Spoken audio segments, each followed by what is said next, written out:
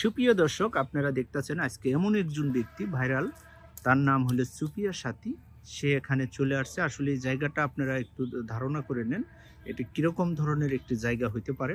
আমরা তার সাথে কথা বলবো। আসলে সে যে এখানে আসছে, কি উদ্দেশ্য করে এখানে আসছে আমি জানতে পারছি। এখানে যাত্রা হচ্ছে, তে উনি যাত্রার প্যান্ডেলে পাবলিক ছাড়া, দর্শক ছাড়া সে অলরেডি আইসা হাজির। কিন্তু আসলে পাবলিক ছাড়া খালি মাঠে সে এখানে কিভাবে হাজির হয়ে গেল, আমরা সেটাই জিজ্ঞাসা। আসসালামু আলাইকুম সুফিয়া আপু, কেমন আছেন? ওয়ালাইকুম সালাম, ভালো আছি। ভালো আছেন?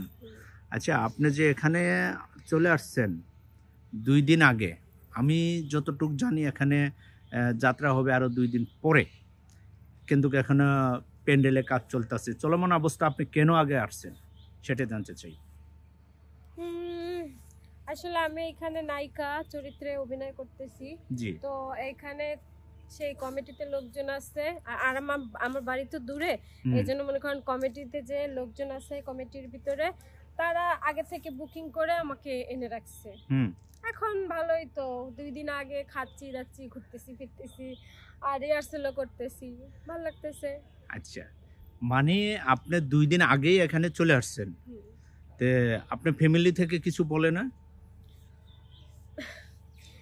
ফ্যামিলি থেকে জানে যে কাজ করতেছে, যে আসলে কাজ তো সবই সম্মানের, কোনো কাজই খারাপ না ভাই। না, আসলে কাজ সবই সম্মানী, কাজ কোনোটাই খারাপ না। খারাপ চোখে দেখলেই খারাপ, হ্যাঁ এটাই তো সত্যি নাকি? অবশ্যই। আচ্ছা, আপনি মনে করেন যে যাত্রা করেন, দর্শক তো আমি যতটুকু জানি আপনি ওড়ার পরে স্টেজে যখন উইডা যান, তখন আর দর্শক ঠিক থাকতে পারে না, তারা উতাল পাতাল হয়ে মনে হয় স্টেজে উইডা যাবে।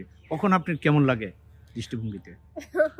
অবশ্যই ভালো লাগে, মানুষের কাছে জনপ্রিয় হইতে অবশ্যই ভালো লাগে। যখন স্টেজে দেখি দর্শক আমার সাথে সাথে স্টেজে উঠে যায়, নাচা শুরু করে দেয়, গান গায়, অনেক ভালো লাগে, পুরো ফাটাফাটি। খুব ফাটাফাটি, আসলে অনেক ফিল করেন ওই সময়? অনেক ফিল করি, ভাবি এটাই তো সার্থকতা, দর্শক পছন্দ করতেছে, দর্শক ভালোবাসতেছে, এটাই তো সার্থকতা।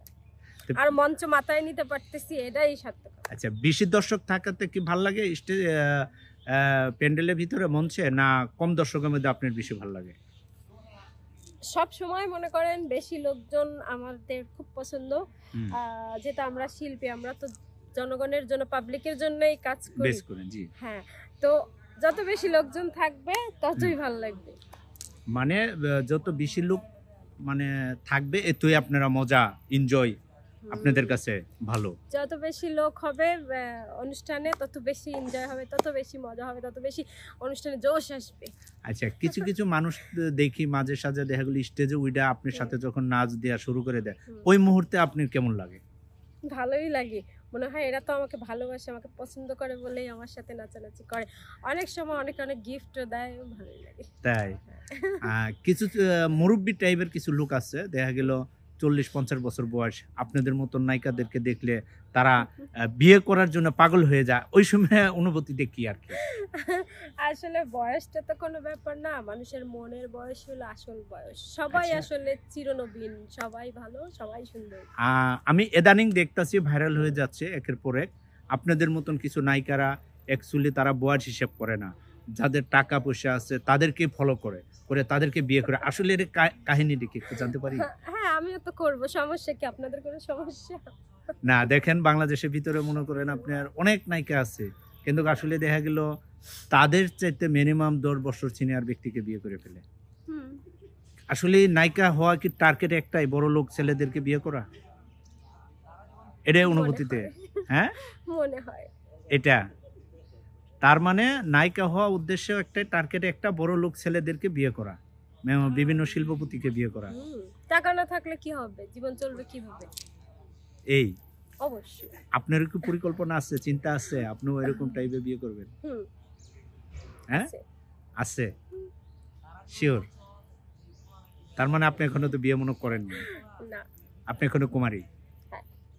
আমরা বিয়ে কবে নাগাদ খেতে পারবো? আপনার বিয়ে দাওয়াত পাবো কবে?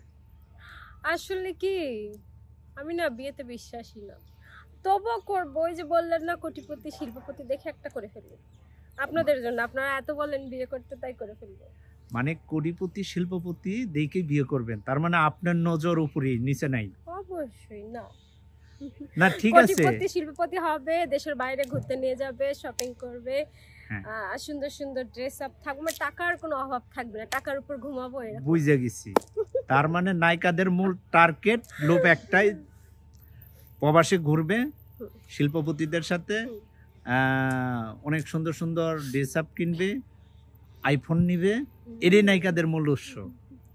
তো যাই হোক, আপনি আসলে অনেক মিষ্টি, অনেক ভালো একটা মেয়ে, ভালো লাগলো আপনার সাথে কথা বলে।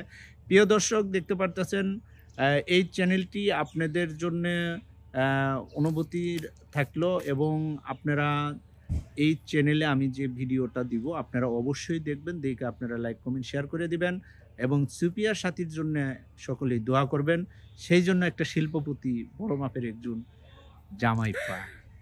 হ্যাঁ, দোয়া করবেন। আমার ইদানিং মালয়েশিয়া না থাইল্যান্ডে ঘুরতে যাওয়ার ইচ্ছা করতেছে, আমি যেন খুব তাড়াতাড়ি ভিসা টিসা পেয়ে ঘুরতে যেতে পারি, দোয়া করবেন। ঠিক আছে, আপনাকে অসংখ্য ধন্যবাদ, ভালো থাকেন। থাইল্যান্ড থেকে অনেক শপিং করবো আপনাদের জন্য। Thank you.